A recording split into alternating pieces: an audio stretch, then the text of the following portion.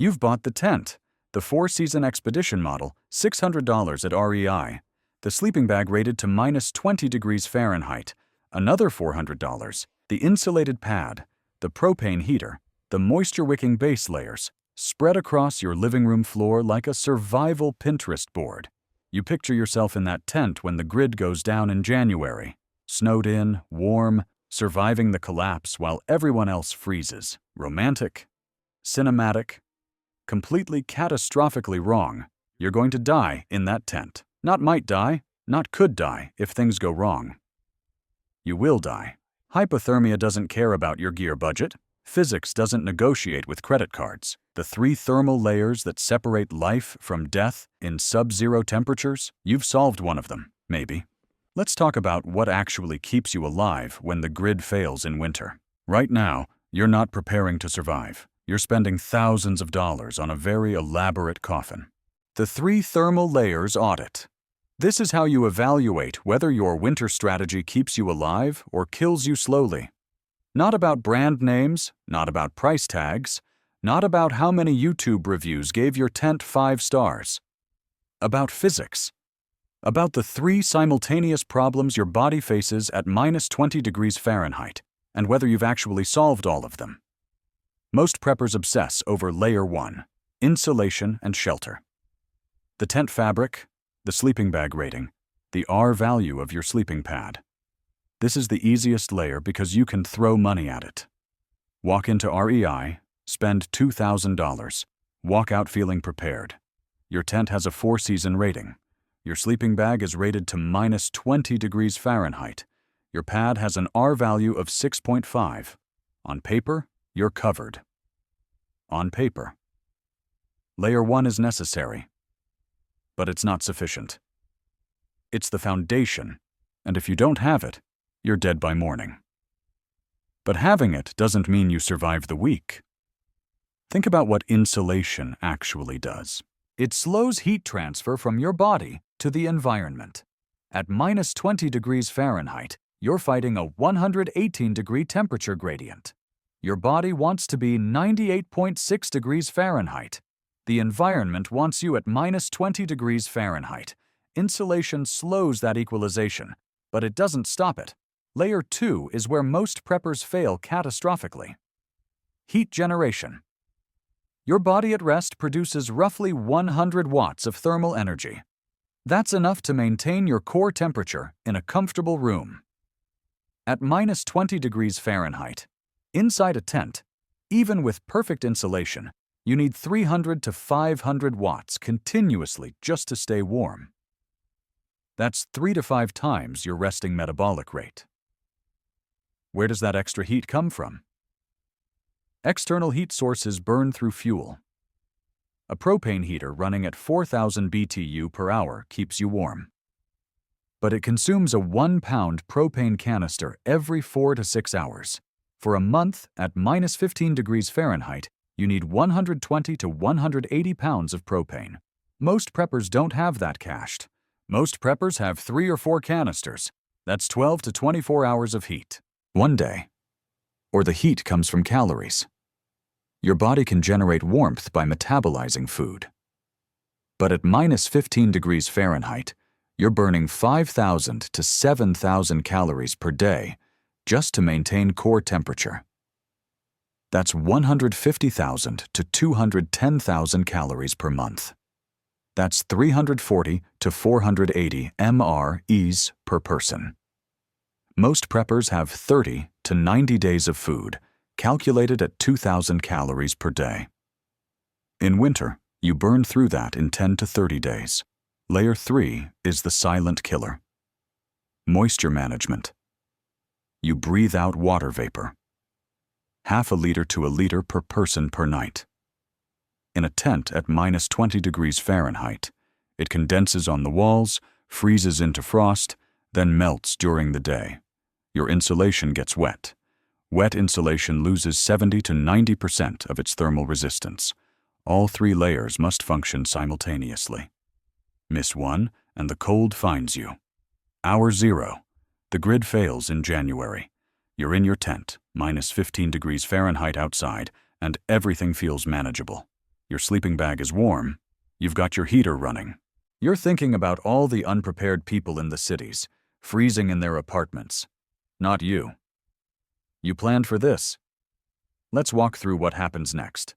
Hours 0 to 8. False confidence. Your sleeping bag rated to -20 degrees Fahrenheit feels adequate. You're stationary, conserving energy, and your body heat combined with the sleeping bag maintains comfort. This is the window when preppers think they've succeeded. The gear is working exactly as advertised. You're warm, you're safe, you're surviving. Your propane heater is running at the lowest setting. You're being smart about fuel conservation. You drift off to sleep feeling prepared. Hours 8 to 16. Moisture accumulation begins. Every breath you take releases water vapor. In a sealed tent at -15 degrees Fahrenheit, that vapor contacts the cold tent walls and condenses instantly. Frost forms on the inside of your tent fabric. Your sleeping bag's synthetic fill starts absorbing moisture from your breath and body. The insulation value begins dropping. Not catastrophically yet, but 20 to 30% degradation in the first night. You don't notice because you're asleep. When you wake up, the sleeping bag feels slightly damp. You attribute it to sweat. You're wrong, it's condensation. Hours 16 to 36. Caloric crisis. Your body is burning 5,000 to 6,000 calories per day, just maintaining temperature. You thought you packed enough food. But you calculated based on normal caloric needs, not cold weather needs. Your food stores deplete faster than expected. You're eating constantly and still feeling cold. Meanwhile, your core temperature begins a slow decline during sleep. Shivering starts. Constant, energy-intensive shivering. Your muscles contract involuntarily, generating heat through friction. It's your body's last autonomous defense against the cold. Hours 36 to 48. Failure cascade. Your sleeping bag is now significantly wet from accumulated moisture. What was rated to -20 degrees Fahrenheit is performing like a +20 degrees Fahrenheit bag. The insulation has become a thermal bridge instead of a barrier. Your caloric reserves are exhausted. You're eating your emergency food faster than planned, and it's not enough. Core temperature drops below 95 degrees Fahrenheit. That's the hypothermia threshold. Confusion sets in. Poor decision-making. You might start feeling warm, paradoxical undressing, where hypothermic people remove their clothes because their confused brain misinterprets the signals. Dead by hours 60 to 72, if no intervention. That's the timeline with modern gear and no sustained heat source. Now let's talk about layer 2, the heat generation problem that separates life from death. Layer 2, heat generation. How do you generate 300 to 500 watts continuously for weeks? Most preppers say propane heater or wood stove. Both answers are wrong. The propane trap. A Mr. Heater buddy puts out 4,000 to 9,000 BTU per hour. Sounds adequate. Feels adequate when you're testing it in your driveway on a 40-degree Fahrenheit evening. But 1 pound of propane gives you 4 to 6 hours of runtime at -15 degrees Fahrenheit. Do the math. For 30 days of continuous heating, you need 120 to 180 pounds of propane. That's 120 to 181 pound canisters, or 6 to 9 20-pound tanks. How much do you actually have cached? 3 canisters? 5? You've got 20 hours of heat. One day, let's be more specific. 1 pound of propane contains 21,500 BTU of energy. At 4,000 BTU per hour, that's 5.4 hours per canister. At -15 degrees Fahrenheit, you need heat 24 hours per day. That's 4.4 canisters per day. For 1 week, that's 31 canisters. For 1 month, that's 133 canisters. Each canister costs $4 to $6. You're looking at $530 to $800 in fuel for one person for 1 month. And there's the carbon monoxide problem. Propane heaters in enclosed spaces produce CO. You need ventilation. But ventilation in a tent at -15 degrees Fahrenheit means your heater can't keep up with heat loss. You're burning propane to heat the outdoors. Underventilate, and you die from carbon monoxide poisoning. Overventilate, and you freeze. There's no Goldilocks zone. The wood stove illusion. Tent wood stoves exist. They work. But they require 24-hour feeding. Someone awake at all times, adding wood every 30 to 90 minutes. In a WW3 scenario, smoke is a beacon. Every person within 5 miles knows exactly where you are. And you need to process 40 to 60 pounds of firewood daily in deep cold. That's exhausting work when you're already in caloric deficit. Try splitting frozen wood at minus 15 degrees Fahrenheit. Your axe bounces off. Your hands go numb. Plus, tent fabric plus stovepipe equals fire hazard without proper setup. Most preppers don't have a tent designed for wood stoves. Run a stovepipe through nylon, and you're one spark away from burning down your only shelter at minus 20 degrees Fahrenheit. The caloric mathematics. Your body generates heat by metabolizing food. At minus 15 degrees Fahrenheit, you need 5,000 to 7,000 calories per day just for warmth. That's 150,000 to 210,000 calories per month. Most preppers have 30 to 90 days of food stored. You're burning through your entire supply in 1 or 2 months, just staying warm. Here's the catch-22. External heat requires fuel that runs out. Internal heat requires food that runs out faster in the cold. Both strategies have expiration dates measured in weeks. Layer 3 is the silent killer most preppers never even consider. Layer 3. Moisture management. Frost coating the inside of your tent. Sleeping bag damp to the touch. Condensation freezing on your eyebrows while you sleep. Water vapor is your enemy. The moisture sources. Human breathing produces half a liter to 1 liter of water vapor per person per night. Cooking adds another half liter to 1 liter. Body perspiration, even at rest, contributes 0.3 to 0.5 liters. In a 4-person tent, you're generating 4 to 8 liters of water vapor daily. Every single day, that water doesn't disappear. Let's be precise. At rest, sleeping, you exhale 200 to 400 milliliters of water per 8-hour period.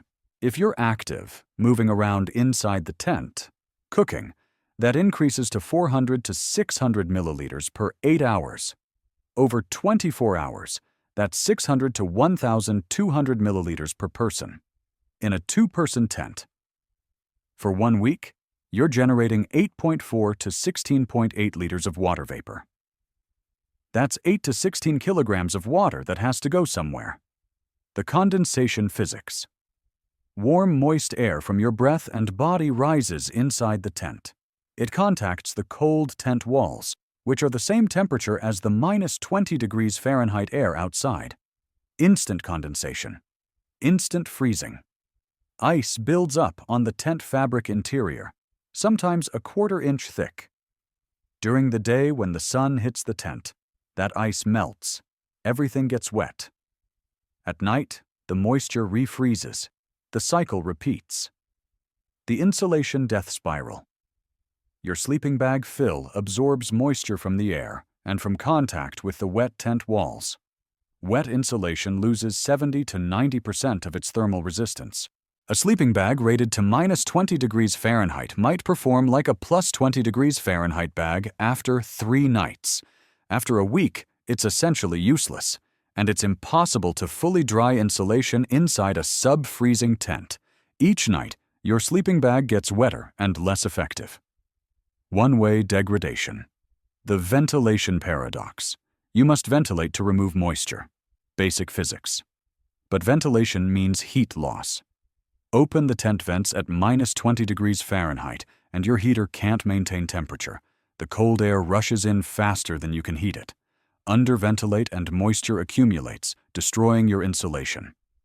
Overventilate, and you freeze from direct cold exposure. No middle ground exists in extreme cold. Even with perfect Layer 1 insulation and perfect Layer 2 heat generation, Layer 3 failure happens within 5 to 10 days. The moisture accumulation is cumulative. Your gear degrades every single night. Once your sleeping bag is soaked, It stays soaked until you can dry it in a heated room, which you don't have. 3 layers. All 3 must work simultaneously. In a tent with modern prepper gear, all 3 fail within weeks. But it wasn't always this way. For 10,000 years, humans survived winters without REI. How? They understood something modern preppers forgot. Historical winter survival examples. The Inuit and Yupik peoples in the Arctic endured -40 degrees Fahrenheit to -60 degrees Fahrenheit for months in portable shelters. Mongolian herders survived -30 degrees Fahrenheit winters in felt yurts for generations. Siberian indigenous groups lived through -50 degrees Fahrenheit in structures they could disassemble and move. None of them used modern synthetic insulation or propane heaters. All of them survived long enough to pass their knowledge to the next generation. What they understood. Layer 1 strategy. Not synthetic fabric tents. Animal hides, felt, and snow blocks. Materials that breathe and wick moisture instead of trapping it. A caribou hide tent isn't waterproof. It's breathable. Moisture passes through the material instead of condensing inside. Multiple layer construction, not single wall tents. An inner layer and an outer layer with an air gap between. Proper ground insulation from the earth itself. Thick layers of hides and organic material, not a half-inch foam sleeping pad. Layer 2 strategy. Not a 9,000 BTU heater blasting at full power. A small continuous heat source, a carefully managed fire or oil lamp producing 50 to 100 watts. Just enough to keep core temperature stable and prevent condensation from freezing into ice. Positioned strategically for radiant heat. The Inuit used seal oil lamps. The flame was tiny, but continuous. The goal wasn't comfort. The goal was survival. Layer 3 strategy. Moisture exit systems built into the shelter design. Breathable materials that allow vapor transmission through the walls. Specific vent designs at the top of the structure. Smoke holes that let moisture escape without dumping all the heat. Strategic airflow that removes moisture without creating massive heat loss. And here's the key. They accepted that the shelter interior would be cold. 40 to 50 degrees Fahrenheit internal temperature, not 70 degrees Fahrenheit. Uncomfortable but survivable with proper clothing layers. Multiple layers of animal fur and hide. The comfort trap. Modern preppers want 70 degrees Fahrenheit comfort inside their tent while it's -20 degrees Fahrenheit outside. This requires massive heat input, which creates the moisture problem. Historical survivors accepted 40 to 50 degrees Fahrenheit internal temps. Cold? Yes, but their clothing layers kept them alive. Heat the person, not the space. Your body can maintain 98.6 degrees Fahrenheit core temperature in 50 degrees Fahrenheit air with proper insulation, but you can't maintain 70 degrees Fahrenheit air temperature in a tent at -20 degrees Fahrenheit without burning through fuel in days. The cultural knowledge component. These systems took generations to perfect. Specific sewing techniques for hides, material treatments, knowledge of weather patterns, site selection. Modern preppers are trying to reinvent this knowledge during a crisis. That's a death sentence, so we know it's possible. But here's the problem. You're not Inuit. You don't have years to learn, and a WW3 blizzard scenario doesn't wait for your education. The knowledge gap is fatal. Historical cultures taught winter survival from childhood. Multi-generational accumulated knowledge passed down through demonstration and practice. A 5-year-old Inuit child knew more about cold weather survival than most modern preppers with $5,000 in gear. Modern preppers have YouTube videos. You can't learn in crisis what takes years to internalize. Cold impairs judgment within 24 to 48 hours. Your brain needs glucose and oxygen to function properly. In the cold, your body prioritizes keeping your core organs warm. Blood flow to your extremities decreases. Blood flow to your brain decreases. Cognitive function drops by 20 to 30% when your core temperature drops just 2 degrees. Decision fatigue sets in. You make bad calls. You burn through your propane too fast because you're uncomfortable. You ration your food incorrectly. You don't notice your sleeping bag getting wet until it's too late. Group dynamics deteriorate. Blame starts. Someone used too much fuel. Someone ate more than their share. Hoarding begins. People stop cooperating. In a scenario where survival depends on pooling resources and skills, the group fractures. Normalcy bias sets in. The refusal to accept that the situation is as bad as it actually is. People wait for rescue. They wait for the power to come back on. They wait until they're too cold to think clearly enough to save themselves. The Donner Party. 1846. Trapped by early snow in the Sierra Nevada. They had some resources, some skills, but they waited too long to adapt their strategy. They thought rescue would come. By the time they accepted the reality that they were on their own, they were too weak and too cold to execute the hard decisions necessary for survival. 87 people started the journey. 48 survived. The ones who survived weren't the ones with the most gear. They were the ones who made hard decisions early. The WW3 timeline compression. Historical winter scenarios involved gradual seasonal change. Time to prepare, time to adapt. A grid-down winter is immediate crisis, no adaptation period. Most preppers are positioned wrong, in urban or suburban areas. Relocation in winter is the highest risk period. You must be positioned before the first snow. 3 strategies exist that don't require years of training, but each has brutal trade-offs. The 3 viable strategies. 1A, minus, 2B plus. No perfect solutions exist. Each requires positioning now, not during crisis. Strategy 3, B plus, hybrid shelter structure.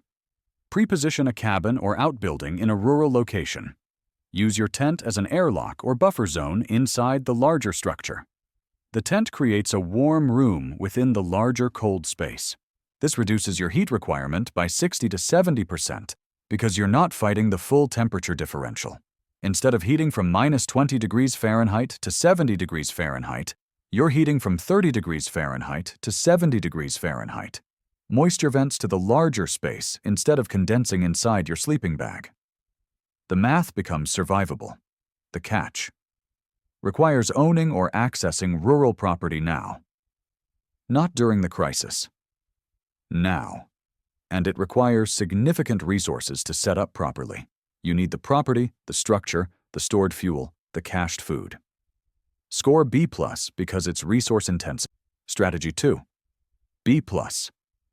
Relocate to an established cold climate community before the crisis.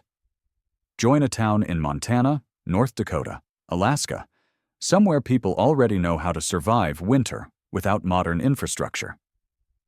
Learn from locals who've been doing this their entire lives. Pool resources for heat, food, security. When the grid fails, the people in these towns already know how to heat with wood, process game, preserve food. The catch: you must integrate years in advance. This isn't a parachute-in solution. Communities don't welcome strangers during a crisis. You need to be known, trusted, embedded in the social fabric before things go sideways. That means complete life reorganization. Moving, finding work, building relationships. Score B plus because it requires abandoning your current life entirely. Strategy 1. A minus. Avoid tent camping entirely. Position yourself in a fortified, heated structure in a low-population cold region. Wood heat with proper insulation and built-in moisture management. Not a survivalist bunker fantasy. A functioning home in a strategic location. Think small-town Montana, North Dakota, rural Alaska. Somewhere the population density is low and the locals know winter. The catch: most expensive option. Requires full relocation, buying property, building or renovating properly. But it's the only strategy that solves all 3 thermal layers long-term without depending on consumable fuel. Score A- because the trade-offs are financial and lifestyle, not physical survival. Notice what's not on this list.